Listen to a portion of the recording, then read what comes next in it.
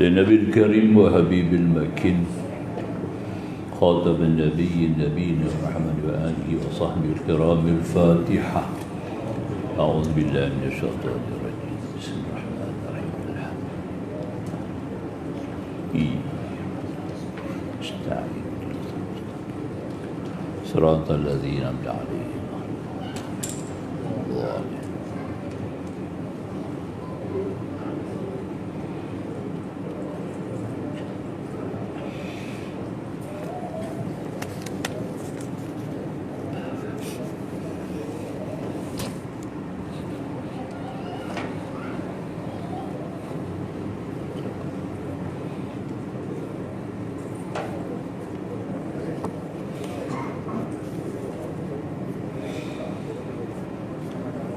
بسم الله الرحمن الرحيم. الحمد لله القائل لا إكراه في الدين قد تبين الرشد من الغي ومن يكفر بالطاغوت يؤمن بالله فقد استمسك بالعروة الوثقى لا انفصام لها والله سميع عليم. الله ولي الذين آمنوا يخرجهم من الظلمات إلى النور والذين كفروا أولياؤهم الطاغوت يخرجونهم من النور إلى الظلمات أولئك أصحاب النار هم فيها خالدون. والصلاة والسلام على نبينا سيدنا رسول الله وقرة أعيننا محمد بن عبد الله صلى الله عليه وسلم وعلى آله وأصحابه وأزواجه وذرياته وأنصاره وكل من دعا بدعوته إلى يوم الزحم. أما بعد، سبحانك لا علم لنا إلا ما علمتنا إنك أنت العليم الحكيم. ربنا افتح بيننا وبين قومنا بالحق وأنت خير الفاتحين. أعوذ بالله القوي من الشيطان الغوي. رب اشرح لي صدري ويسر لي أمري واحلل عقدة من لساني يفقهوا قولي.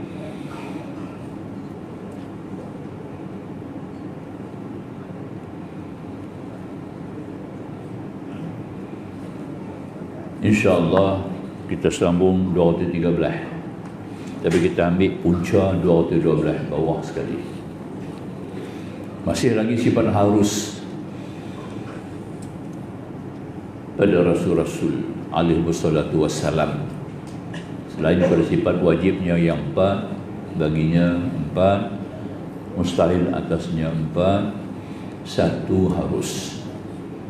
Jadi maka kata musannif, dan setengah daripada beberapa faedah itu, antara faedah di mana Nabi dilupakan Allah bilangan rakaat pada sembahyang. Pernah Nabi tinggal tahiyat awal, pernah Nabi jangkau sampai 5 rakaat sembahyang. Ini bukan kelalaian. Bagi Nabi tidak ada kelalaian. Sahwun tidak ada bagi Nabi. Tapi Allah jadikan Nabi lupa. Hatta malaikat pun Allah jadikan lupa pada setengah keadaan.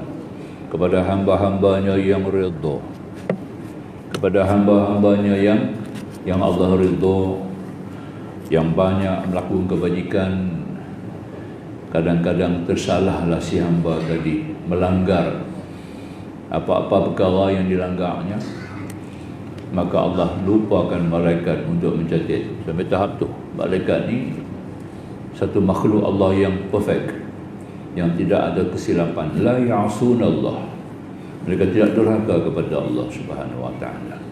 Tapi Allah jadikan mereka juga lupa untuk mencatat, menulis kesalahan hambanya yang ia redha. Itu ada hadis daripada Nabi. Ya, hatta para malaikat begitu pun, walaupun begitu punya tegas, malaikat ini makhluk yang tegas, yang tidak pernah melanggar, tidak pernah tersalah, tidak pernah silap, maksum 100%. Namun dilupakan Allah. Apatah pula Nabi-Nabi, Rasul-Rasul, walaupun maksum, tapi Allah lupakan juga mereka. Lupanya ada faedah. Itu kata musannif, setengah daripada beberapa faedah itu mengajarkan segala hukum bagi kita supaya kita ketahui akan dia seperti barang yang kita ketahui akan hukum sujud sahwi. Nabi kalau tak lupa, kita tak tahu nak ambil alih. Macam mana selesai masalah? Kalau kita lupa, kita lupa rakaat, macam mana kita nak buat? Atasi masalah tu. Tidak ada contoh, tidak ada dalil. Maka itu Allah jadikan sebagai dalil. Nabi dilupakan, maka Nabi pun sujud sahwi. Adalah kita sebagai hamba umatnya yang bukan maksum, maka tidak kita dapat mengatasi masalah, kita pun sujud sahwi. Begitulah hukumnya, ya. Ketahui akan hukum sahwi dalam sembahyang daripada lupa penghulu kita Nabi Muhammad sallallahu alaihi wasallam dalamnya, dan betapa menunaikan sembahyang dalam ketakutan, ya, dan dalam kesakitan perbuatan Nabi kita Muhammad SAW, dan tiada dikatakan bahawasanya demikian itu hasil perkataan Nabi. Maknanya Nabi juga disakitkan oleh Allah. Pernah jatuh daripada kuda, tapi Nabi sebenarnya kalau menunggang kuda ni kalah lagi penunggang-penunggang kuda yang berpengalaman. Tapi Allah jadikan juga Nabi jatuh kuda. Maknanya bila jatuh kuda, jadilah masalah kepada Rasulullah bila nak sembahyang tak boleh sembahyang diri, kena sembahyang duduk. Adalah dalil sembahyang duduk. Nampak ya? Kalau tak jadikan Nabi sakit, macam mana Nabi nak sembahyang duduk? Tak ada sebab. Ya, maka itu dijadikan sebagai satu keuzuran supaya umat dia dapat mengambil pelajaran dan menjadi sebagai pedoman dalam masalah kiranya berlaku seumpama sakit sebagainya, maka adalah dalil daripada Nabi pernah jadi demikian, ya. Maka itu Nabi-Nabi juga disakitkan oleh Allah. Tapi sakit itu bukan membawa kerendahan, menjatuh martabat mereka, tidak, ya. Sakit yang tidak membawa kepada terjatuh atau jatuhnya martabat mereka sebagai seorang rasul, tidak. Macam kita banyaklah sakit yang berat-berat, ya. Sikit macam Nabi-Nabi itu, rasul-rasul, dia taklah penyakit tu, penyakit berat-berat, ya, yang boleh bawa kepada menjatuhkan martabat mereka sendiri, tidak, ya. Korak ke panau ke, ya, batuk bersin, tak ada. Nabi-Nabi ni tidak ada, ya. Pening pun ringan, pening begitu, ya. Demam, demam dia kuat. Itu Nabi-Nabi, ya, antaranya. Baik, kata musannif lagi, sembahyang dalam ketakutan, solat syiddatul khauf, dia panggil syiddatul khauf, sembahyang dalam peperangan. Macam mana sembahyang dalam peperangan? Ini juga berlaku pada Nabi, ya. Kalau tidak ada demikian, maka tentulah pernah Rasulullah sebelum turun syariat sembahyang dalam keadaan ketakutan, syiddatul khauf, Nabi pernah tinggal sembahyang dengan para sahabat semua. Sembahyang maghrib, tinggal sembahyang asar, tinggal sembahyang maghrib, 2 waktu, ya. Kerana ketika itu berlakunya peperangan, bercamuk peperangan, jadi tak ada cara lagu nak sembahyang, sedangkan belum turun lagi wahyu daripada Allah, ya, mengizinkan sembahyang, kaedah tata cara sembahyang dalam keadaan takut. Satu ketika, maka itu kata sahabat, ya Rasulullah, kita dah tinggal sembahyang. Kata Nabi, kita bukan melampau, kita tidak ekstrim, tapi belum ada lagi hukum turun daripada Allah bagaimana mengatasi peperangan sembahyang, mengatasi dalam keadaan dia berperang, bagaimana kita nak sembahyang. Kemudian daripada itu baru turun syariat, ya. Ini di antara beberapa perkara yang bukan membawa kelemahan Rasul, ya, tapi tetap Rasul-Rasul maksum, tapi hanya sebagai untuk membina hukum bagi tujuan syariat, untuk kemudahan dan juga pembawaan kepada umatnya sendiri. Wallahu a'lam. Sambung, ya. Jadi kata musannif, ya, kita baca di atas tadi, seumpama Nabi sakit, Nabi Muhammad SAW, dan tiada dikatakan bahawasanya demikian itu hasil perkataan Nabi. Artinya, maka tiada faedah pada jatuh demikian itu arad dengan mereka itu, kerana bahawasanya kita kata bermula dilalah fi'il itu terlebih kuat daripada dilalah qaul.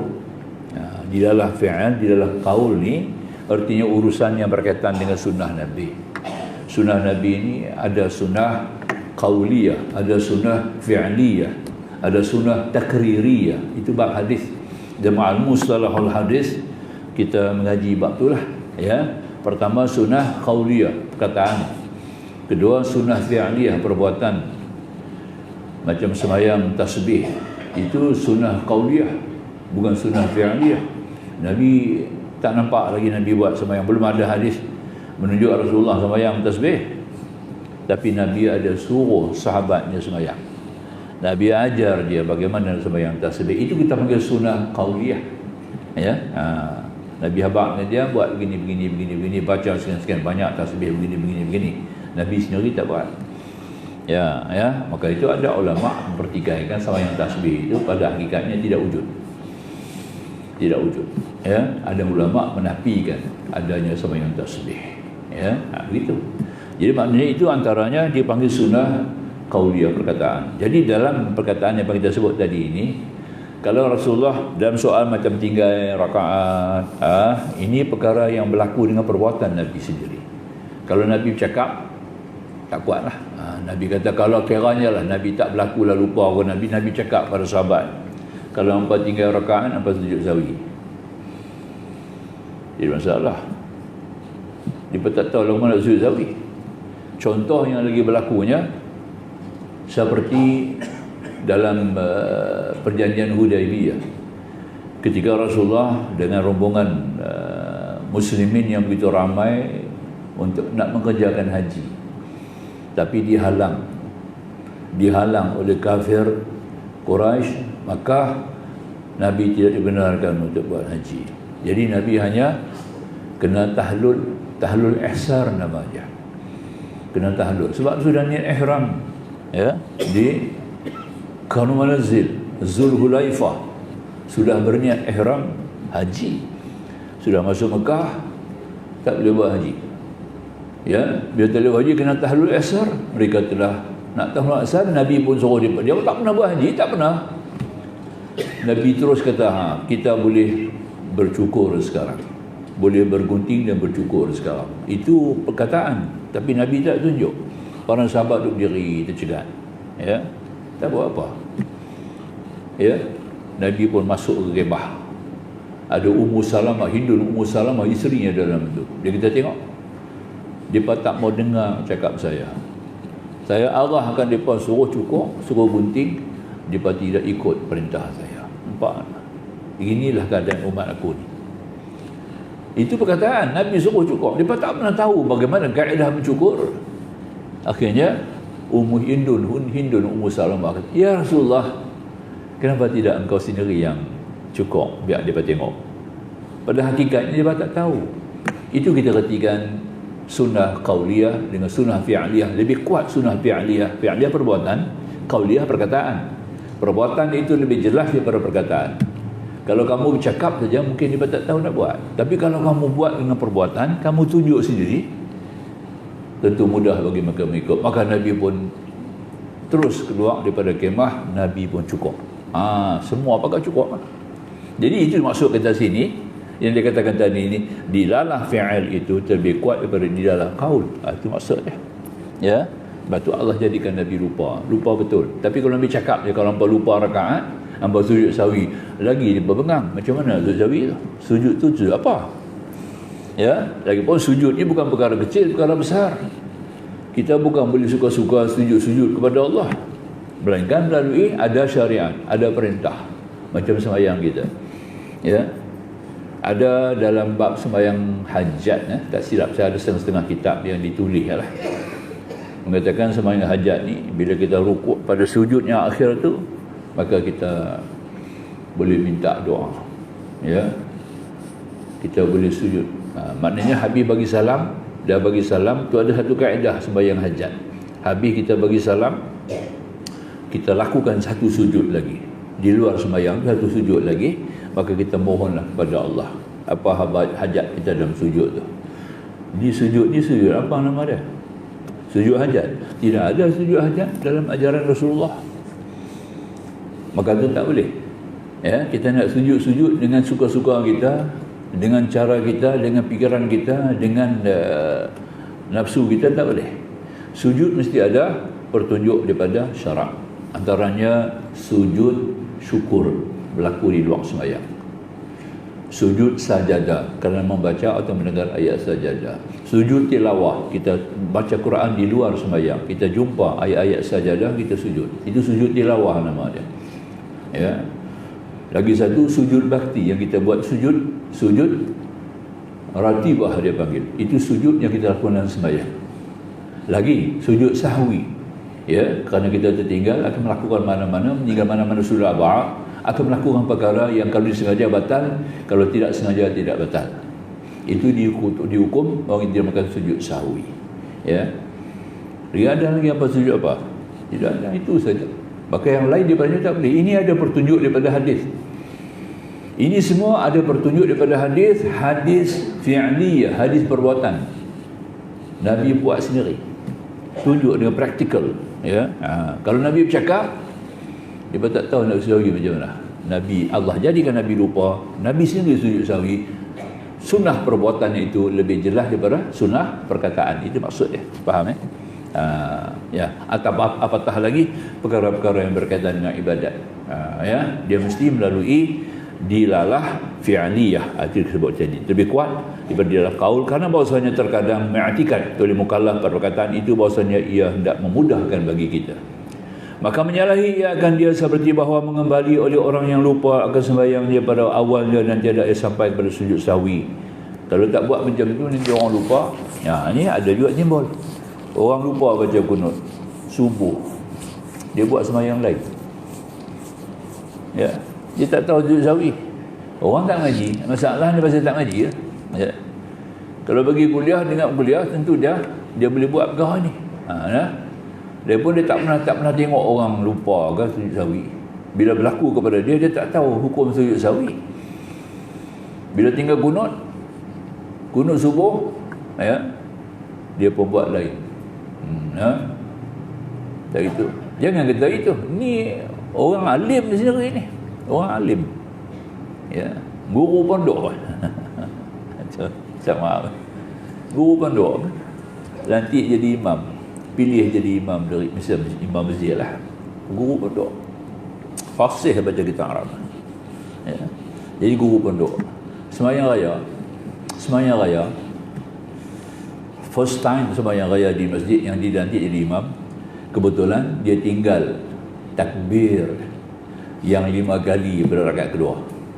Rakaat kedua, dia bangun terus baca Fatihah. Dia lupa nak takbir. Dah bagi salam habis semua, dia kata apa? Ya. Kita tadi dah tertinggal, ya, takbir untuk rakaat kedua, maka tu kita sembahyang sekali lagi. Nampak? Sembahyang sekali lagi tu jadi sembahyang apa? I'adah. Tidak ada i'adah, sembahyang sunat tidak ada i'adah. Yang ada i'adah hanya ada sembahyang fardu. Sembahyang fardu ada i'adah. Tuan-tuan sudah sembahyang maghrib di sini. Tiba-tiba tuan-tuan nak balik lah. Pergilah ke mana-mana. Tiba-tiba singgah satu tempat di mana mereka baru nak mengerjakan sembahyang jamaah maghrib. Sunat, tuan ikut lagi sekali. Nampak tak? Sembahyang berjamaah. Tapi sembahyang yang kedua itu hukumnya sunat. Sekali je boleh ulang. Dengan imam yang berbeza. Tak boleh imam yang sama. Nampak, ya? Sama juga kalau tuan-tuan sekarang sudah sembahyang, kita istimewa sembahyang subuh, kan? Dah habis sembahyang subuh, kita balik ke rumah, isteri tak sembahyang lagi. Dia duduk tunggu kita balik. Dia kata, abang, kita sembahyang abang pula.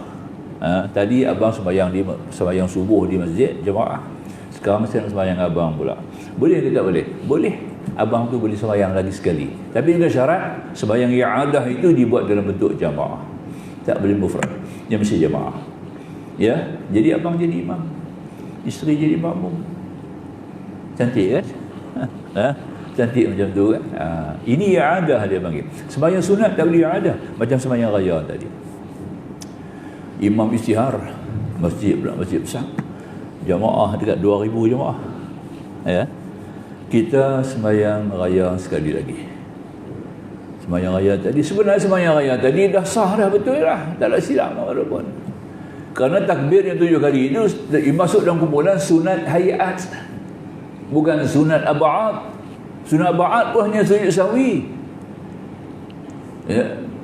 Dia bukan membatalkan sembahyang, bukan sembahyang tu batal. Ya. 2000 jemaah duduk belakang dia, seorang pun tak faham. Itu dia punya teruk. Semua pakai sembahyang balik.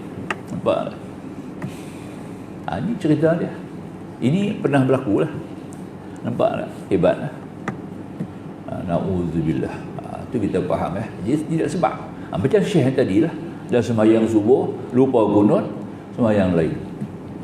Pasti faham sembahyang lain. Tak sah ke sembahyang tu? Kunut itu sunat ba'ad. Tapi dia tak ngaji kata sunat al-ba'ad. Kalau tinggal sunat sujud sahwi, bukan wajib pun. Nampak? Tu dah. Banyak. Hari ni pasal tak mengaji. Tadi saya mari tadi nak naik tadi, azan sedang bunyi, penuh duduk berdiri di kolam ayam, tak ambil uduk. Semua duduk tunggu azan. Tunggu azan habis baru nak ambil uduk. Tu satu lagi tak cerdik, nampak? Ramai macam tu Bila azan pakat berdiri di kolam, tak mau ambil uduk lagi. Apakah wajib ke jawab azan tu? Ya. Kita dah ramai sekarang, lebih daripada seorang. Jawab azan sudah jadi sunat kifai. Kalau seorang sunat aini. Kalau ramai sunat kifai. Seorang jawab, yang lain tak payah. Kan ambil dah sembahyang. Lagi satu dah lewat ambil sembahyang, dia tak sempat nak sembahyang sunat pula. Dah habis-habis ambil uduk, naik. Bila dah qamat, tak sempat sembahyang sunat. Nampak? Tak cerdik. Kerana menangguhkan ambil uduk. Pasal apa nak kena tangguh tak ambil uduk lagi?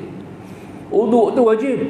Syarat sah sembahyang wajib kena segerakan. Idza qumtum ila shalah faghsilu wujuhakum. Al-Quran kata, apabila kamu sudah pasti untuk diri pada sembahyang, maka hendaklah kamu basuh muka kamu. Al-Quran turun ayat tu, ayat 6 surah Al-Maidah.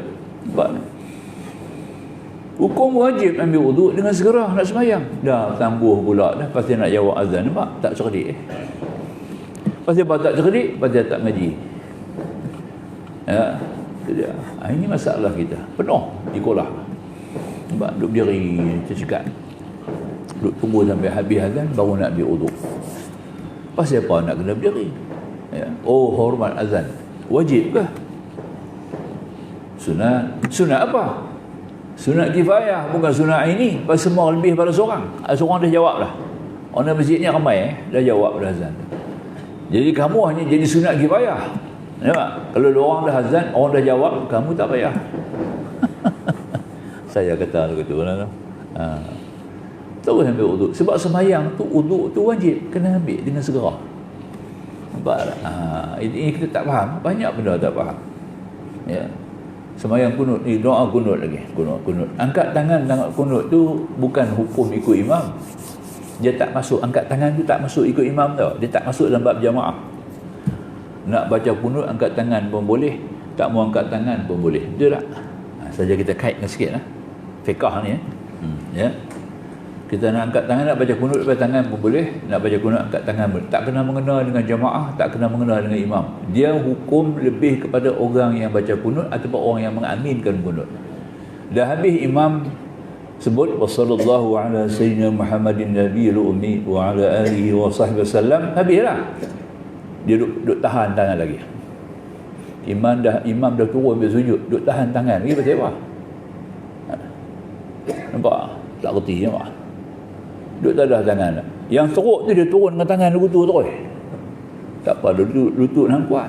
Kalau lutut tak kuat, dia tunggu tak cerdik juga.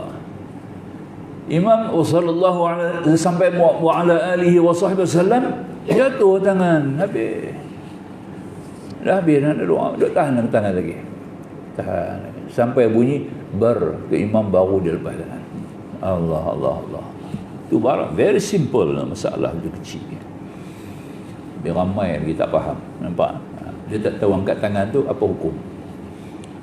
Ya, mengaminkan doa imam tu ya. Doa kunut ratibah kita panggil. Kita baca doa kunut biasa. Kunut nazilah yang kita baca tadi lah. Kunut nazilah ni dia amin. Dia bunyi asyhadu. Jangan bunyi amin ya. Kalau kunut subuh amin. Fa innaka taqdi kita baca sekali. Bila dia baca kunut nazilah kita sebut asyhadu. Aku saksikan. Jangan kita amin lah. Di mana sebut? Buka dalam Furu'ul Masail. Asy-Syadaud Al-Fatani buka. Itu dalam tu ada. Dalam kitab apa? Furu'ul Masail. Kitab lama. Kitab masalah hukum. Masalah-masalah. Yang ditulis oleh Syekh Daud Al-Fatani, dalam tu ada sebut. Saya bagi dalil nanti buka kitab di mana sebut. Bunyi dia asyhadu. Amin baca kan, imam baca doa nazilah, kunut nazilah tu, doa nazilah tu kita hanya asyhadu. Asyhadu. Asyhadu sampai habis. Ya. Kalau doa kunut subuh tu amin. Amin amin. Ada beza tau. Itu semua kena faham lah. Walaupun benda tu kecil kan, tapi kita buat dengan sempurna, buat dengan ilmu kan, ya. Baru kita nampak sabar. Kita baca balik apa yang kita sambung bab Nabi ni, ya, cerita hadis. Maka menyalahi ia akan dia seperti bahawa mengembali oleh orang yang lupa ke sembahyang daripada awal dan tiada disampaikan tersujud sahwi dan sembahyang oleh orang yang sakit dengan berdiri. Tu kalau tak ada lah dalil-dalil daripada Nabi sakit. Kalau Allah tak bagi Nabi sihat, tak pernah sakit, Nabi sembahyang berdiri. Umat dia sakit. Bila umat sakit macam mana nak buat? Tak ada dalil Nabi sembahyang duduk berdiri juga. Susah kan? Maka tu Allah jadikan Nabi sakit. Ya, Nabi tak boleh bagi sakit lutut, tak boleh lah. Sakit lutut ni satu kelemahan sebenarnya, ya. Satu kelemahan dalam masalah kesihatan kita, itu sakit lutut, ya. Allah bagi Nabi jatuh kuda. Nampaklah. Ya. Nabi tak boleh sakit lutut sebab rukuk Nabi betul. Nabi punya rukuk dia betul. Kaedah rukuk Nabi memang perfect. Sebab tu Nabi tak kena sakit lutut. Kita rukuk tak betul, kaki kita sakit lutut tu. Nampak tak? Kita sakit lutut ni tuan-tuan sebab kita punya rukuk tak betul. Tak ikut kaedah bayan daripada Nabi. Nampak tak? Itu masalah dia. Ya. Kita rukuk, kita lebih kepada memberikan beban kepada pinggang. Itu yang kita jadi masalah sakit lutut tu. Maka pinggang tu yang menyebabkan lutut kita sakit, ya. Itu punca dia. Ya, kita ambil beban tu kita kena bagi kepada lutut. Nampak tak? Lutut dengan tangan kita. Tangan tu tekan atas lutut tu. Macam ada beban. Ya, bubuh 20 kilo punya beras tak jatuh. Itu rukuk tu. Rukuk, bila kita rukuk tu bubuh 20 kilo punya beras belakang kita tak jatuh. Kita boleh tanggung 10 minit. Boleh tanggung 10 minit, itu makna lutut kita elok. Rukuk kita betul. Tak ada seorang tekan kita masa rokok tu. Anak-anak kita besar-besar tekan ayah, tekan dia. Kalau ayah tak jatuh, rokok tu betul. Tapi kalau tekan ayah jatuh, rokok tu tak betul. Nampak tak? Ya, kami mengaji macam tu, saya mengaji macam tu di Aceh, macam tu, ya. Tok Guru tunjuk, ya, macam tahap tu, ya. Kerana dia hubung kait dengan kesihatan, hubung kait dengan sorat, hubung kait dengan saraf, hubung kait dengan kita punya kita punya hormon, ya, penting. Sebab tu Nabi tak boleh tak bagi sakit lutut kat dia. Jadi nak bagi sakit juga, kaki Nabi nak bagi sakit juga, kena buat cara lain lah. Allah bagikan Nabi jatuh kuda, nampak tak? Ya, jatuh tangga tak kena lah. Pun tak kena. Nampak tak? Jatuh tangga pun tak kena juga. Ya, sebab kaedah Nabi naik turun tangga semua betul, tak silap. Kaedah Nabi berjalan betul, kaedah Nabi berdiri betul, kaedah Nabi tidur betul, kaedah saraf-saraf Nabi itu letak betul. Maka tu tak boleh sakit. Kita hari ni sakit bukan pasal jatuh kuda. Sakit pasal saraf kita tidak teratur, tidur tak betul, cara letak punggung kita tak kena, cara letak kepala kita tak betul. Sebab tu kita sakit saraf, banyak masalah saraf, ya. Ini Ibn Sina sebut, tuan-tuan. Ada kitab daripada Ibn Sina. Ya, nak cari kitab-kitab biasa tak jumpa. Ya, Ibn Sina yang tulis. Apa hubung kait rukuk dengan i'tidal? Apa hubung kait i'tidal dengan sujud? Apa hubung kait sujud dengan antara dua sujud? Apa hubung kait jari jemari bila kita tekan? Kita nak naik daripada sembahyang tu, kita tekan, kita naik. Daripada kita sujud kedua, kita nak bangun, kita duduk dulu sementara, kita duduk sekejap istirahat, kemudian kita tekan dua tapak kaki kita, dua tapak tangan kita naik. Apa hubung kait tapak tangan tu? Apa kena mengena? Bukan pasal orang tua, orang muda kena buat. Tapi hari ni banyak orang muda tak buat. Dia kenjui terus kan, tak tekan tapak tangan. Nak kata-kata aku ni kuat, nak lutut aku bagus. Tunggu tak lama sakit lutut orang sakit. Nampak, ya? Tak lama. Ini proven, tuan-tuan. Sebab saya hayati benda-benda itu, saya bercakap. Saya bercakap ni atas pengalaman saya dan juga keadaan saya sendiri secara lebih rasal. Ya. Bukan kita dengar-dengar cakap ya. Orang boleh check. Kalau cakap pasal bersugi, memang gigi kita elok, gigi saya elok. Tu saya cakap bersugi, berani abang, bersugi itu bagus. Pasal kita ada gigi elok kan. Nah. Tak maaf nah. Tu dah. Bukan kita nak menunjuk. Ya, kita nak suruh orang bersugi, gigi kita kena elok lah. Tok guru Oh, Nabi suruh bersugi tak kena sembahyang. Kita tengok gigi ustaz berumur. Nampak ya? Kabur maqtan 'aina an taqulu ma la taf'alun al-Quran itu. Amat besar kebencian Allah ya. Apa yang kamu kata tidak ada pada kamu, tidak kamu kata. Tak. Ya, Tuhan marah. Kita nak cakap, kita suruh biar benda tu ada dalam kita. Ya, macam lutut tadilah. Ya. Kalau kita ada sakit lutut, nak suruh orang betul lutut je lah. Hang pun tak erti macam mana nak betul lutut, itu kita kena amal dulu. Kita kena amal dulu dan kita ada ilmu tu dulu. Itu paling penting ya. Faham ya? Wallahu a'lam. Sambung. Baik. Jadi kata musannif, dan jikalau hasil baginya musyaqqah, yang payah yang sangat sekalipun, kerana mengambil dalil ia dengan bahasanya jikalau tiada ia hendak memudahkan akan kita, nescaya berbuat ia akan dia. Dan ada pun perbuatan maka tidak dapat padanya oleh yang demikian itu, kerana bahasanya tidak berpaling oleh seorang daripada fi'il Nabi, daripada perbuatan Rasulullah, kemudian daripada sudah melihat oleh seorang itu, kemudian daripada subut tetap, dan kerana tidak berbuat Nabi SAW bagi dirinya melainkan terlebih afdal. Nampak tak? Apa yang Nabi buat tu, Nabi buat semuanya afdal, mesti ada kelebihan. Apa yang Nabi buat semua, contohnya sembahyang, Nabi angkat tangan. Mazhab Syafi'i lebih sikit angkat tangan daripada mazhab lain. Imam Syafi'i ini selalu dia lain sikit daripada tiga mazhab ya. Tiga mazhab ni dia mungkin sekali, tapi Imam Syafi'i dia lain. Tengok macam kunut sudah. Kunut subuh Imam Syafi'i saja yang kata ada kunut subuh. Lagi tiga mazhab tidak ada. Ya, tidak ada. Bukan kata Imam Syafi'i tak tepat. Bukan kata Imam Syafi'i tak faham ya. Ya. Itu pendapat dia sendiri. Dia ada kajian yang lebih luas. Dia dapat mengkaji berdasar kepada ilmu-ilmu alat yang cukup luas. Jadi Imam Syafi'i dia boleh faham macam itu ya. Kelebihan dia daripada imam-imam yang lain ya, kerana keluasan ilmu alatnya begitu jauh dan begitu banyak. Maka itu dia mengeluarkan fatwa-fatwa. Dia sudah berguru dengan Imam Malik, dia tahu mazhab Maliki. Dia sudah berguru dengan murid pada Imam Hanafi, dia tahu mazhab Hanafi. Nampak? Tapi kenapa dia tidak mengikut Imam Maliki, tidak ikut Imam Hanafi? Nampak ya? Contoh kita mengatakan, jadi maknanya dalam hukum murtad, barang siapa yang murtad, kata Imam Syafi'i, barang siapa yang murtad maka batal habis semua amalan dia. Semua amalan dia batal, kecuali haji tak batal. Haji dia tak batal. Ini kata Imam Syafi'i. Hanafi, Imam Hanafi pula kata, barang siapa murtad yang batal haji ya, yang lain tak batal. Tengok. Jauh sekali kan? Bukan artinya dia salah. Ijtihad dia bergantung kepada ilmu dia sendiri. Ilmu dia menjangkau begitu tinggi yang kita tak dapat menduga, tak boleh faham ilmu dia. Ya, kalau sekarang kita ada PhD tak dia benda lagi. Ya, tak sampai kuku pun tak sampai lagi. Ya, PhD baru satu buku.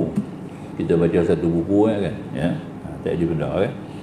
Ini kita kena faham. Itu Rasulullah, itu sahabat-sahabat Nabi, ulama-ulama mujtahid, punya kearifan ketinggian ilmu mereka. Baik. Maka itu dikatakan tadi ini ya, apa yang berlaku pada Nabi, perbuatan Nabi, sunnah Nabi, gerak Nabi, semuanya ada faedah, ada kebaikan. Nabi tak akan buat perkara sia-sia. Itu kita kena faham. Ya. Jadi Nabi kalau dalam mazhab Syafi'i, kita sembahyang angkat tangan. Dia suruh angkat tangan pertama takbir atau ihram. Angkat tangan yang kedua ketika kita nak rukuk. Betul tak? Angkat tangan yang ketiga kita bangun daripada rukuk kepada i'tidal. 3. Angkat tangan yang keempat sesudah kita bangun untuk rakaat yang ketiga. Sesudah 2 kali sujud dalam rakaat kedua, kita nak bangun untuk rakaat ketiga, sama ada maghrib ataupun zuhur ataupun asar ataupun isya, maka sunat lagi kita angkat tangan. Jadi 4 tempat. Berbeza dengan mazhab. Mazhab lain tak macam tu. Hanafi sekali je angkat mula, lain tak angkat tangan dah. Angkat tangan Nabi itu mengikut Imam Syafi'i mesti ada sebab. Mesti ada sebab. Ya. Kutiak Nabi tak buat. Ada hadis ada tu. Dia ada hadis Nabi buat macam tu. Maka dia boleh fatwa macam itu. Jadi maknanya kita pun kena buat macam tu lah. Kita tengok banyak orang tak ambil kisah, nak angkat tangan ni kan. Dia pandang benda tu simpul. Angkat tangan pun dia angkat sekerat. Action gitu. Sampai bawah dada. Tak kena. Itu keadaan je. Ya. Semuanya ada sebab. Jadi kita perhatikan setiap gerak-geri Rasulullah dalam ibadat solat ni mengikut mazhab Syafi'i lah. Ya. Ada dia punya faedah. Maka tu kita ikut. Yang tu paling penting. Kerana perbuatan dalil dengan fi'liyah, perbuatan lebih kuat daripada dalil daripada qauliyah, perkataan. Baik. Dan ada pun perbuatan maka tidak dapat padanya oleh yang demikian itu karena bahawasanya tidak berpaling oleh seorang daripada fi'al Nabi SAW, kemudian daripada sudah melihat oleh seorang itu, kemudian daripada subut daripada kerana tidak terbuat Nabi SAW bagi dirinya melainkan terlebih afdal. Maka jika dalil fi'li itu terlebih kuat daripada dalil qauli. Perkataan seperti hikayat yang telah lalu sebutnya pada tahun Fathu Mekah. Nabi menyuruh berbuka puasa Ramadan, dan pada tahun Hudaybiyah Nabi menyuruh bercukur. Nampak tak? Maka tidak dikerja oleh seorang, maka tatkala melihat mereka itu akan Nabi berbuat akan demikian, maka bersesak-sesak mereka berbuat demikian. Macam dalam tahun pembukaan kota Mekah. Buka kota Mekah tu pada bulan Ramadan. Bulan Ramadan. Nabi dan para sahabat semua berpuasa masuk Mekah tahun ke-10. Ya. Masuk Mekah. Jadi bila masuk Mekah tu, Nabi dalam keadaan puasa. Nabi suruh buka. Nabi suruh dia buka, dia tak buka. Nabi kata boleh, kamu boleh buka puasa. Nabi tak tunjuk macam nak buka puasa. Nabi ambil kurma makan, baru dia buka. Tidak. Ya? Kalau cakap-cakap dia tak buat.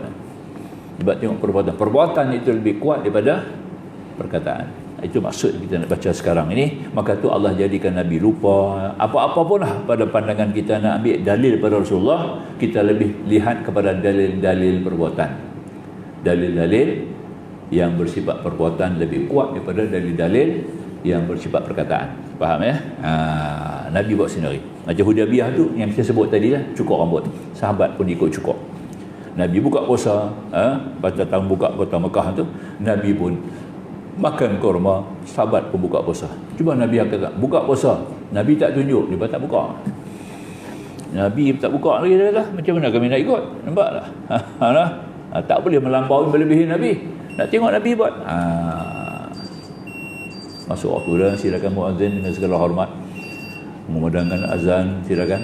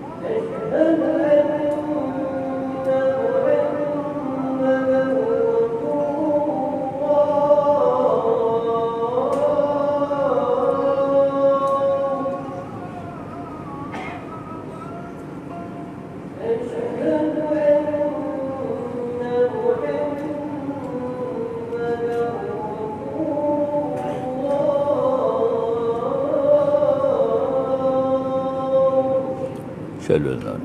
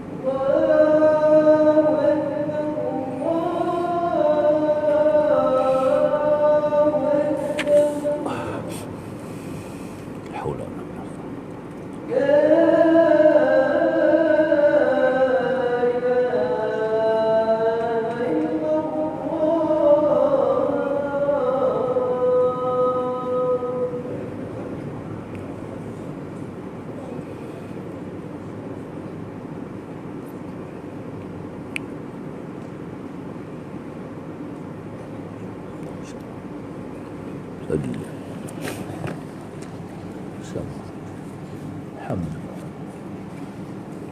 Alhamdulillah wassalatan wassalaman ala Rasulillah wa alihi wa sahbihi wa man nusrahu wa wala baba. Ya. Dan setengah daripada beberapa 213 bawah tu. Ya. Dan setengah daripada beberapa faedah tersabar daripada dunia. Itu Nabi. Nabi tak ambil dunia, tak ada. Tak ada tunjuk dalil kata Nabi ambil dunia. Tak ada. Sedikit pun tidak ada mana-mana dalil sama daripada Quran pun hadis Nabi mengambil dunia ataupun melebihkan dunia atau mengambil kemewahan dunia, tidak ada. Ya, itu jelas. Yang tu Nabi sendiri tak buat benda tu. Artinya tersabar bagi orang lain daripada mereka itu daripada dunia. Bermula demikian itu bahwasanya apabila melihat oleh manusia akan makam segala penghulu yang amat mulia yang bermula mereka itu pilihan Allah Ta'ala daripada segala makhluknya dan pilihannya daripada segala hambanya serta barang yang jatuh bagi mereka itu daripada demikian itu arat, nescaya senanglah hatinya dan bersabar ia daripada dunia. Itu berlaku kepada Nabi. Memandangkan Nabi tidak pernah ambil dunia, di mana sahabat-sahabat juga yang menerima nasib yang sama, yang miskin tidak menjadi gundah, tidak jadi bimbang, tidak jadi duka cita, kerana Nabi yang mulia itu pun menjauhkan daripada dunia, tidak mengambil kemewahan dunia. Jadi maknanya itu sebagai suatu perkara yang harus bagi Nabi. Walaupun dunia itu penting, tapi Nabi tetap menyisihkan diri pada dunia supaya menjadi satu pegangan besar, kerana dunia ini adalah sesuatu yang akan membawa kepada kemudaratan dan kejatuhan, dan juga sesuatu yang boleh mencabar iman dan boleh bawa kepada kekufuran. Ini dunia, ya. Fakadal fakru yakunal kufra, Nabi kata. Hampir kepapaan itu boleh bawa kepada kufur. Nampak dah? Kalau orang yang tamak dunia lah, ya. Bila kufur tu, bila kurang dunia dia, mula dia duka cita. Nampak ya? Tak ada RM2 kat, tak ada harta, tak ada apa nak makan, seperti yang berlaku di Gaza sekarang ni, ya. Kalau tidak di iman, boleh bunuh diri. Kalau tidak di iman, boleh buat kerja-kerja haram, merompak, mencuri, bagai-bagai lagi. Ini artinya tidak berlaku. Sebab itu Nabi tolak dunia 100%. Nabi langsung tidak mengambil dunia 100%. Tetapi sahabat-sahabat dia tidak halang mereka. Nabi tidak menghalang mereka, kamu kena macam aku. Tidak, ya. Ini pernah berlaku kepada Rasulullah sendiri ketika Rasulullah sedang tidur di atas pelepah kurma. Bukan tidur atas tilam, bukan tidur atas selang belen, ya. Tidur atas pelepah kurma, berbalok belakang, berbekas. Umar masuk-masuk tengok-tengok, ya Allah, menangis dia. Rasulullah tanya, kenapa engkau menangis? Dia jawab, dia kata, Kaisar Rom, Kaisar Parsi, dia kata, ya. Depan ni adalah raja-raja begitu, ya, kerajaan yang besar, tidur dengan begitu selesa, sedangkan kamu lebih daripada itu Rasulullah. Engkau adalah Rasul, tidur atas pelepah kurma. Ya. Nabi pun jawablah, ya. Maka kita adalah hamba Allah, kita akan kembali kepada Allah, ya. Dan dunia ini memang suatu yang membawa kepada kemudaratan. Jangan kita lepak. Pernah satu ketika Nabi sembahyang tahajud malam, memang tak tinggal. Satu malam Nabi tinggal, terlena. Isteri-isteri Nabi sendiri, lepas pakat-pakat tengok Nabi tidur atas selapih kain, dia kata, ya. Atas tanah kasar, hampak selapih kain, Nabi tidur. Boleh bangun sembahyang tahajud. Depa kesian, depa lapik 2 keping, depa bubuh 2 helai lagi kan, bagi tebal sikit, bagi sedap Nabi tidur. Terus Nabi lina, tak bangun. bangun subuh lah bangun. Tahajud tak buat lah. Nabi kata, ni kerja siapa ni? Pasal apa ni? Pergi jadi lagu ni. Depa kata, kami nak bagi Nabi Rasulullah supaya dapat tidur dengan nyenyak, kan? Duk tengok Nabi tidur atas selai kain aja, kami begitu hibah. Dia nak bagi Nabi sedap. Itulah kamu kata. Nabi kata, inilah dunia. Bila kamu lakukan demikian itu, kita hari ini tilam tebal-tebal, lagi tak bangun. Bukan lagi yang mulai. Subuh pun tak sampai masjid lah. Ya, tilam tebal-tebal. Itulah. Ya. Bukan suruh kita tidur atas tikar, ya. Tidak. Kita kena latih diri kita menjauhi kemewahan. Nampak? macam sembahyang imam ni. Banyak masjid bubuh sampai 3-4 jadah. Imam tak boleh khusyuk. Tapak kaki kita tak kena bumi, dia tak dapat rasa khusyuk tu, ya. Earth tu tak kena, earth bumi tu tak kena. Ya, sebab tu mazhab Hanafi dia tak pakai semua ni. Dia kena atas lantai, atas marble, nampak? Masjid-masjid India kita perhati tengok, ya. Dia punya kapet dia semua pendek-pendek ya. Dia buka tandai tu supaya kita dapat sujud di atas lantai marble. Itu Hanafi mazhab. Sebab dia nak ni dai kita ni terbuka. Allah suruh buka dai ni dia pasal ya. Kita tanya pasal apa buka dai? Supaya dai ni dapat mencecah lantai bumi secara langsung. Kita dapat earth daripada bumi tu. Tak ada earth. Apa nak sebut ya? Earth tu. Earth ni akan menjadi menjanakan kekuatan akal kita, menjana kekuatan akal fikir. Nampak tak? Baru kita dapat berfikir dengan lebih jauh. Itu tujuan dia. Dah bubuh 2-3 helai, kapet dah ada sepasai. Bubuh pula lagi sejadah, bubuh 3 keping sejadah lagi. Ini menjadi ancaman. Maknanya tidak berikan apa-apa kesan. Kita sujud tak rasai kenikmatan sujud itu, kita tak akan rasa. Hilang sebahagian daripada khusyuk. Nampak? Ya, itu sebabnya. Kita kena faham lah. Pasal apa dai itu dibuka? Tak tanya pun kenapa sujud dai kena buka? Cuba tanya tengok itu. Kan baik. Kita akan dapat jawapan, ya. Ada sebab. Ini kita pergi tutup lagi. Tak tutup lagi, kita tutup lain. Nampak? Dai kita tak dapat mencecah bumi, ya. Bumi itu ada sebab. Itu kena faham, ya. Wallahu a'lam. Sambung lagi insya-Allah. Ta'rif dunia dan kaitannya dengan akhirat. Ini tajuk lah. Dalam kitab asal tak ada boleh. Tak ada tajuk ni. Ya. Syahdan dia kata.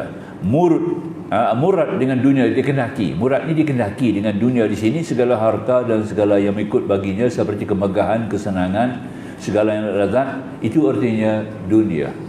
Dunia asalnya dania. Satu benda yang hina. Dunia ni bukan nama bumi yang kita duduk sekarang ini, namanya al-ard. Bumi. Dunia itu adalah segala kelengkapan, kemudahan yang dah ada di atas al-ard, al-earth, orang putih kata, the planet of earth, kan? Di atas bumi ni segala kenikmatan tanamannya, penternakannya, bahan-bahannya, bakunya, semuanya begitu lengkap di atas planet bumi. Ya, itu dia panggil dunia. Dan bukan nama bumi dunia ni. Ya, sifat bumi itu adalah di mana dia dibekal oleh Allah dengan segala kemudahan-kemudahan asas untuk keperluan manusia semata-mata. Sebab tu planet lain tak ada. Planet lain tak ada benda. Ya, walaupun Mars dia kata lebih kurang sama logo bumi, tapi tidak ada kemudahan-kemudahan ni. Tak ada pertanian dalam tu. Tak ada tumbuh-tumbuhan, tidak ada binatang lagi. The Mars kan. Ya. Bintang. Bumi ada. Sebab bumi ini untuk manusia. Allah jadikan khusus untuk manusia. Jadi planet lain tak ada manusia. Jangan bercarilah. Ya, sebab planet lain tidak bersifat dunia. Ya, dia hanya semata-mata bintang, planet saja. Tidak ada urusan-urusan yang melibatkan manusia. Sebab itu tidak dipanggil dunia. Dunia hanya ada pada bumi. Maka itu bumi dia panggil dunia lah. Faham? Itu kata musannif yang kita nak faham ni. Jadi maknanya kata dia, bumi ni mengikut murad dengan dia barang yang antara langit dan bumi dan atau jumlah alam, setengah daripada beberapa faedah itu menjagakan kekejian kadar bumi dunia ini pada Allah Ta'ala. Artinya mengingatkan akan orang yang lain bagi kekurangan kadarnya pada Allah Ta'ala. Nilai dia. Dan bermula demikian itu kerana bahawasanya apabila melihat oleh umat akan mereka itu berpaling mereka itu pada dunia akan sebagai berpaling orang yang berakal daripada bangkai. Saya teringat dan terjaga oleh mereka itu bagi kejian kadarnya pada Allah Ta'ala. Nilai. Maka itu Nabi menjadi modul yang paling utama sekali, iaitu menjauhi dunia. Kerana dunia ini hanya sebagai tumpangan, mabit. Kalau kita kerja haji dia panggil mabit, macam mabit di Mina, mabit Muzdalifah, ya. Transit, ya, temporarily transit. Jadi bukan sebagai kekal, ya. Maknanya kita hanya duduk di situ sekadar mengambil bekal, membentuk bekal, proses bekal untuk kepentingan kita di dunia, dan kita menjadikan dia sebagai dana untuk akhirat. Ya, sedekah misalnya itu sebagai dana akhirat. Infak sabilillah, dana akhirat. Ya, wakaf hadanah yang kita wakafkan itu adalah menjadi aset kepada akhirat, dana akhirat. Ya, yang kita buat tadi ini bukan untuk kepentingan duniawi. Begitu Nabi mengatakan, Nabi Allah Ibrahim sebut pada Nabi kita Muhammad SAW pada malam Mi'raj, suruh anak umat kamu bercucuk tanam. Apa? Bumi ini tempat bertanam, bercucuk tanam. Kamu nak ketam dia di akhirat. Akhirat tempat ketamnya. Maknanya kita disuruh bawa kepada akhirat. Kalau tanaman-tanaman kita, soalnya petanam bijiran yang dimakan oleh manusia, dikenakan zakat.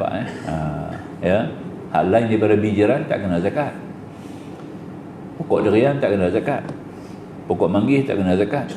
Tapi hasil jualan manggis itu yang kena zakat. Nampak?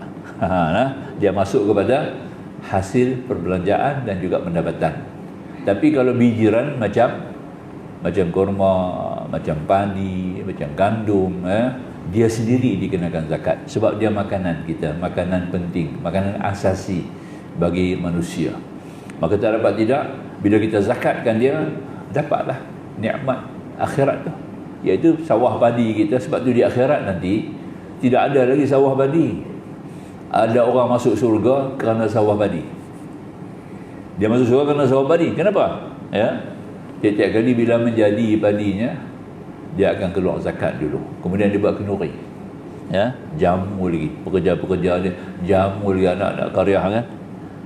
Kemudian yang lain tu baru dia jual. Ya. Maka hasilnya itu diberi sebagai ganjaran pahala. Di akhirat besok dia dapat pahala. Ya, dapat pahala. Jadi dia akan masuk surga kerana sawah padi. Dia akan minta balik kepada Allah. Ya Allah Tuhanku, bagi balik sawah padi aku. Kerana dialah. Tuhan kata tak boleh. Di akhirat tidak ada lagi. Kamu tak payah bersawah. Tapi kalau kamu teringin nak duduk melengung sebulan dalam sawah, aku boleh bagi jadi balik sawah tu. Kamu duduklah sebulan dalam tu. Ada orang masuk pasal hanya semata-mata pada pokok durian. Hasil daripada durian itu dia bayar zakat. Hasil daripada durian itu dia sedekah infak, hantar pergi Gaza. Nampak contohnya. Ya. Maka besok dia masuk syurga kerana pokok durian. Dia akan minta kepada Allah balik, bagilah pokok durian dia balik. Aku nak duduklah barang setahun ke, ya, bagilah nilai masa setahun. Aku nak duduk bawah pokok durian kerana dia lah akan masuk syurga hari ni. Tu dah boleh. Allah akan bagi. Allah akan bagi apa kita minta, semua Tuhan bagi. Ya, itu dia. Itu maknanya sampai pekerjaan yang kita lakukan tadi ini, hasil mahsulnya dapat dinikmati di akhirat. Itu dia masuk dalam watawa sabil haq. Itu dia banyak ya, sambung. Kemudian kata musannif lagi ya, dan bersadarnya aku maka adalah ia memakai, dan kerana ini berpaling Nabi daripada dunia itu serta kuasa meluaskan dalamnya. Sedangkan Nabi tak halang sahabat dia sendiri 10 orang yang dijamin masuk syurga kan. Tuan-tuan faham ya, muslimah muslimin tahu kan, 10 orang sahabat Nabi yang dijamin masuk syurga kan. 10 orang ya. 10 orang tadi 7 daripadanya adalah jutawan. Masya-Allah. Itu bukan dunia kata.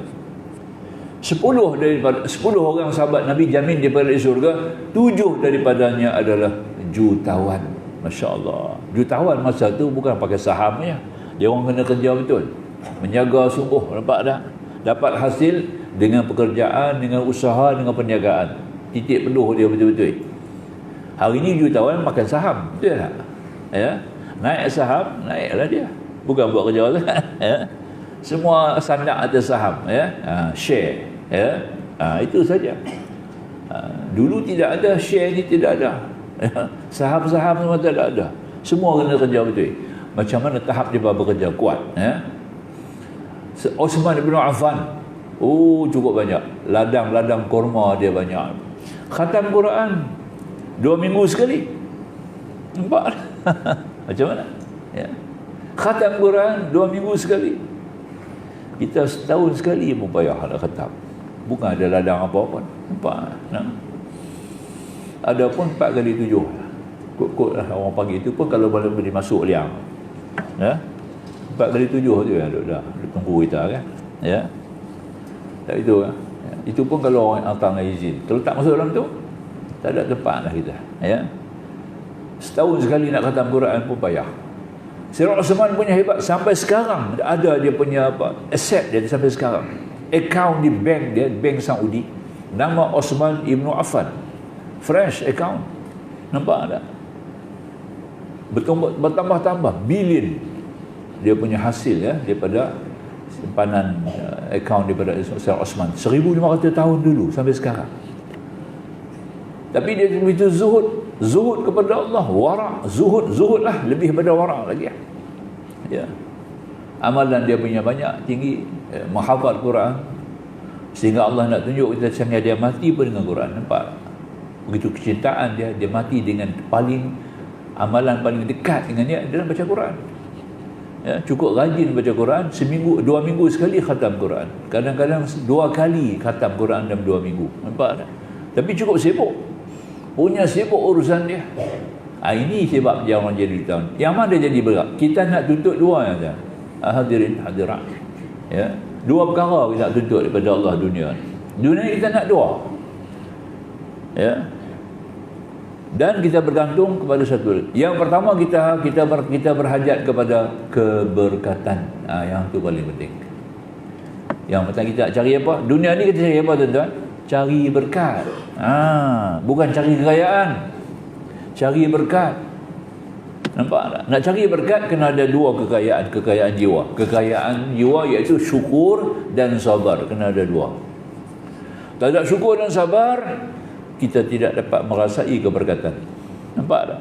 Ya, syukur, mengenal nikmat, tahu nikmat dan tahu guna nikmat pada tempat. Itu artinya syukur. Sabar, kita kena bekerja keras, jauhi daripada segala yang haram, jauhi daripada segala yang mungkar, jauhi daripada segala yang keji. Nampak tak? Itu sabar. 2 sifat inilah yang boleh mengimbau keberkatan. Kedua, minta redha. Ya Allah, bagi aku kaya. Tapi engkau kayakan aku dengan keredaan. Jangan kau kayakan aku dengan keharusan. Itu kita tak tahu. Kita minta Allah kayakan kita, kaya dengan keredaan. Engkau beri aku keafiatan, kesihatan dengan keredaan. Kadang Tuhan bagi sihat juga, tapi dia tak bagi redha, dia tak redha, kacau kesihatan tu. Akan jadi mudarat, boleh lawan Tuhan balik. Nampak? Itu dia. Ya. Jadi minta apa-apa pun pada dunia ni kena kait dia. Pertama, nak cari keberkatan. Saya berniaga betul-betul lah ya. Bukan cerita saya bagi contoh lah. Nanti kata ustaz pula. Dia bunyi saya kan ya. Orang yang berniaga tu sungguh-sungguh berniaga ya. Konsep perniagaan itu semata-mata kerana untuk mengimbau keberkatan, bukan nak jadi kaya. Nampak tak? Bukan nak jadi seorang peniaga yang berjaya lah ya. Yang berjaya ni siapa? Al-Quran sebut satu ya. Yang berjaya ni qad aflahal mu'minun, orang yang beriman tu berjaya. Nampak tak? Iman mana? Iman haqqan. Itu iman yang berjaya. Berjaya seorang mukmin itu kerana iman, bukan kerana perniagaan, bukan kerana harta, bukan kerana dunia. Jangan salah faham ya. Itu kita nak konsep Islami ya. Itu kena faham dia. Ya, kita nak cari kekayaan apa? Kekayaan jiwa dulu. Ada kekayaan jiwa, baru ada kekayaan harta, baru ada kekayaan dunia. Kekayaan jiwa adalah syukur dan sabar. Orang yang banyak syukur, yang banyak bersabar, itulah sebenarnya orang yang kaya jiwa. Bila sudah jiwa itu kaya, akan jadilah kekayaan dunia itu suatu yang penuh berkat. Bila berkat, maknanya Tuhan redha. Itu artinya Allah redha. 2 kita cari ya. Pertama berkat, kedua redha. Nampak tak? Dan kita beramal dengan Allah Subhanahu Wa Taala. Ini segala amalan kita buat tadi ini nak cari apa pula? Yang kita beramal sekarang ni nak mencari maghfirah, pengampunan daripada Allah, tak lebih. Pasal kita tak ada hak, kita tidak ada apa-apa eligibility. Dia banyak kita nak minta kepada Allah. Tidak ada hak apapun kita nak minta kepada Allah. Tidak ada hak. Semua Tuhan punya. Allah wujud nafsiah. Sebab kita mengaji sifat 20, dia sebut wujud tu nafsiah dulu. Semua Tuhan. Harta pun Allah punya, dunia pun Allah punya. Dia yang takbir sendiri, dia yang atok sendiri, yang dia buat sendiri. Tak ada pakai pembantu, tidak ada pakai pembantu, tidak ada pakai alat, tidak ada pakai sokongan. Semata-mata dia qiyamuhu binafsihi hayyul qayyum. Itu dia, nampak tak? Dia kena faham yang begitu. Jadi main bukan kita. Jadi itu kita maknanya kita faham. Kita nak cari dunia ni, sahabat Nabi yang kita kata kaya 7 orang sahabat Nabi yang jutawan tadi ini, kerana mereka nak mencari keberkatan. Sebab tu dia kata orang baca surah ni masuk surga. Terpelihara pada surah kubur ni. Tabarakalladzi biyadihil mulk. Pasal berkat lah, baru masuk surga. Nampak? Kalau baca saja tak cari berkat, tak boleh. Kena carilah berkat tu. Tiap surah yang kita baca, setiap ayat yang kita baca tadi ni, dia mesti ada tadabbur. Tadabbur tu kena ada. Tak ada tadabbur jadi apa dia? Ya. Ya. Dan lagi kita sendiri ada antara kita sendiri ada surah juzuk Quran yang sendiri untuk kita. Setiap orang ni ada juzuk Quran sendiri. Ya. Dia ada dia punya juzuk sendiri. Setiap kita ni ada ya. Tak sama juzuk. Ada orang juzuk dia kena tumpu pada juzuk sekian-sekian saja. Juzuk itulah akan membantu dia. Yang turun wa nunazzilul Qur'ani ma huwa syifaa'u wa rahmatul lil mu'minin. Kami turunkan Al-Quran, kata Allah, ya.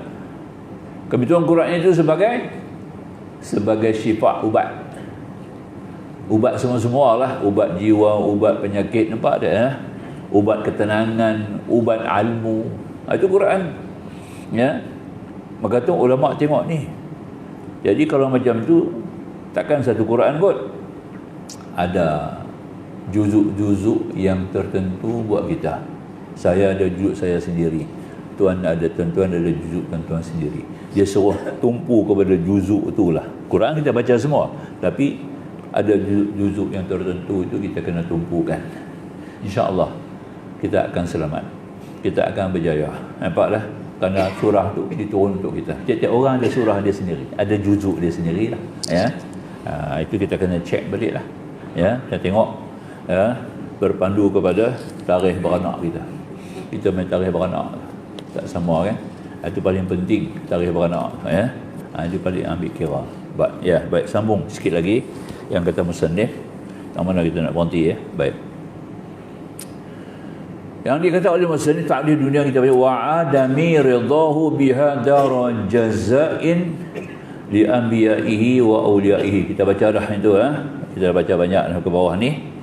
Dan bersabda ya aku hamba makan sama setengah dengan perenggan kita baca tu muka surat 214. Bersabda ya aku hamba ya. Kenapa? Dan kerana itu berpaling Nabi daripada dunia serta kuasa meluahkan dalamnya, maka adalah ia memakai kain yang bertampung. Nabi pakai kain bertampung, kain bulu, wool, dan memakan ia akan makanan yang kurang-kurang, dan duduk ia di atas tanah dengan tiada lapik, dan makan ia di atas tanah. Itu dia. Ya. Nabi tak guna meja tak ada. Zaman Rasulullah tak ada meja. Lepas 400 tahun. Lepas 400 ya. After 400 years 400 tahun baru orang tahu makan pakai meja. Orang Islam pakai meja, pakai kerusi, pakai pinggan, pakai piring, pakai cawan, pakai sudu, pakai garpu. Lepas 400 tahun. Sebelum tu tak pakai. Tak tahu nak guna garpu, tak tahu nak guna sudu, tak tahu nak guna pinggan, tak tahu nak guna cawan. Budaya tu kita ambil daripada Cina. Sebab tu Nabi suruh tuntut ilmu sampai ke China. Kamu nak lebih jauh dunia kamu nak kenal jauh dunia kamu pergi ke China. Nampak? Maka tu tergegas Sa'ad bin Abi Waqqas. Dia tertanam dalam jiwa dia, aku nak kena pergi China satu hari. Dia pergilah ke China. Nampak tak? Betul lah. Ya. Kita banyak bawa budaya-budaya Cina ke dunia seluruhnya banyak mengambil daripada budaya Cina, ya. Makan minum kita pakai pinggan, mangkuk apa semua tu. Hatta orang barat sendiri pun bukan ada dalam budaya barat. Sudu garpu ni tak ada, ya. Tu, ya. Dia kalau makan daging, dia potong daging dengan daging dia tikam pisau, dia makan daging. Ini orang barat. Ya. Dia lebih sikit ya pada binatang. Tu ya. Binatang tak pakai pisau, tu ya. Ya. Datang Islam ajak cara makan daging. Nabi makan daging tak pernah tunduk kepada. Dia angkat macam tu makan daging. Dia bawa daging mari ke mulut. Kita tu dia. Nampak? Sampai berlemuh muka-muka sampai terantuk dengan pinggan. Punya merendah kan. Itu makan kita. Maknanya itulah cara Nabi SAW makan ya. Maknanya tidak begitu, tidak ahmak, tidak tamak, tidak alubah. Ya. Aku makan, maka aku seperti barang yang makan, kata Nabi. Dan bersabda, aku hamba, makan aku seperti barang makan hamba. Duduk aku seperti duduk hamba. Duduk ia di atas tikar, di atas kulit yang disamak. Dan terkadang tidur ia atas tikar daun tamar yang kasar-kasar, maka berbekas pada tubuhnya yang mulia, yakni pada lambungnya, dan masuk Sayyidina Umar radhiyallahu ta'ala anhu kepada Nabi SAW, dan ia berguling di atas tikar daun tamar. Nampak tak? Itu dia dah. Dan sasanya telah berbekas pada lambungnya, bertelekan ia di atas bantal daripada kulit kambing. Bantal tu kulit kambing, dia bungkus, dia buat bungkus tidur atas kulit kambing. Nabi ya, dengan sabut penuh pohon tamar. Dalam tu ada sabut tamar. Ya, maka menangis Sayyidina Umar. Sabdanya, apa yang menangis akan dikau ya Umar? Sambahnya, teringat aku akan Kisra raja Rom, Kaisar yakni raja Parsi, raja Rom. Padahal mereka itu seteru Allah dan kain sutera. Nampak dah? Dia tidur atas setera, sejuk. Engkau Rasulullah ada pilihannya daripada segala makhluk di atas tikar tamar. Ya. Sabda Nabi SAW, adakah padaku ini syak engkau? Apakah engkau syak sesuatu pada diri aku? Dah? Ya Umar, tiadakah engkau redha bahawa adalah bagi mereka itu dunia, bagi kita akhirat? Dia patut kat dunia saja. Dunia sijinul mu'minin wa jannatul kafir, kan Nabi kata. Dunia ni adalah penjara orang-orang yang beriman, ya. Sedangkan syurga bagi orang-orang kafirin. Maka sembahnya bahkan, maka sabdanya, maka iaitu seperti demikian. Dan adalah Nabi SAW itu lalu atasnya 2 bulan tiada nyala pelita dan rumahnya, dan tiada api bagi masak. 2 bulan rumah Nabi tak ada ayam, tak ada korma. 2 bulan. Nampak dah? Ya. Gaza tak jadi betul lagi. Tak sampai lagi ya. Itu je. Nabi pernah 2 bulan tak ada apa rumah Nabi nak makan. Tak ada. Dan Nabi pun tak minta. Aisyah pun tak pergi minta. Tak boleh. Nabi tak izin, tak boleh. Dia orang bergantung kepada Nabi. Nabi tak buat makan, tak makan. Dia apa dia minum? Ya. Dia orang minum air sejuk. Minum air. Hari-hari minum air. Tu pun mujuk ada air. Ya. Teringat pula kepada Siti Hajar. Ketika Nabi Ibrahim hantar Siti Hajar Nabi Ismail ke lembah Faran Mekah tu, ya, hanya bagi bekal roti sikit dengan air untuk tahan 1 hari. Dia orang duduk situ 6 bulan. 6 bulan duduk minum air hari-hari. Itu pujuk ada telaga Zam-Zam. 2 hari, lepas 2 hari baru dapat telaga. 2 hari itu tak ada air nak minum. Itu yang dia naik di Bukit Sapak Marwah tu. Dia cari air, ya. 2 hari. Lepas tu dapat telaga Zam-Zam, tidak ada pokok, tidak ada pohon, tidak ada buah. Tak ada binatang apa nak makan. Tak reti pun nak makan lagi. Maka terpaksalah dia orang minum air. Anak-anak dengan mak, anak minum susu mak minum air sejuk. Nampak? Air mineral lah, air telaga. Daripada Zam-Zam tu kan, 100% mineral. Itu yang dia minum tu. Itu kita hari ni buat kerja haji, kalau minum air Zam-Zam, ya, kalau nak kenyang lah, ya. Di Mekah tu tak payah fikir kita nak pergi makan gaduh-gaduh kok payah apa dah. Tapi jangan kata saya tak dapat makan, tak apa. Jangan kata dulu tu. Terus Tuhan tak beri makan ni. Jangan cakap lah benda tu, ya.